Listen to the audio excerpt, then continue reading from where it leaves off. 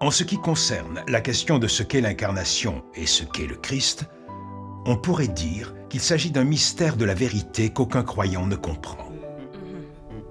Peux-tu nous expliquer ce qu'est l'incarnation? Oui. Quelle est la différence entre le Christ incarné et les prophètes et les apôtres utilisés par Dieu?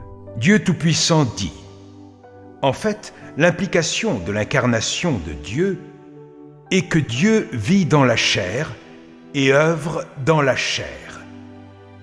Dieu, dans son essence même, devient chair, devient un homme. Amen. Amen. L'incarnation de Dieu peut être appelée Dieu car elle a une substance divine. Les prophètes et apôtres n'ont que l'humanité. N'ayant pas de substance divine, on peut seulement les considérer comme humains. Alors, pourquoi Dieu doit-il s'incarner 2 fois pour réaliser l'œuvre du salut de l'humanité?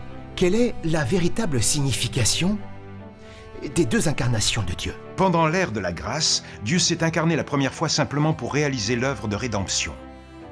Par la crucifixion comme sacrifice d'expiation, pour racheter l'homme de sa condition de pécheur, Amen. afin de soulager l'homme des malédictions et des condamnations de la loi. Oui, L'objectif de la seconde incarnation de Dieu est de réaliser l'œuvre du jugement dans les derniers jours et d'arracher complètement l'humanité de l'emprise de Satan, de débarrasser l'humanité de son tempérament satanique, de la libérer de l'influence de Satan afin qu'elle puisse retourner vers Dieu et être gagnée par lui. Amen.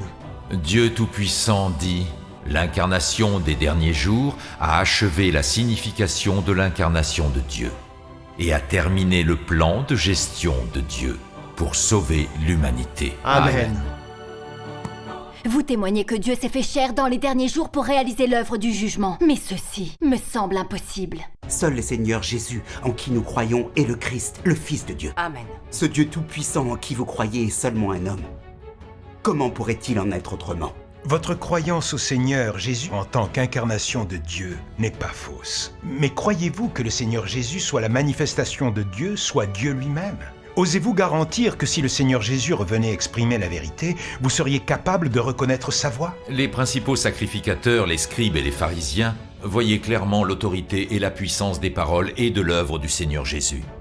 Alors comment ont-ils pu continuer à résister au Seigneur Jésus, à le condamner impudemment et à blasphémer contre lui?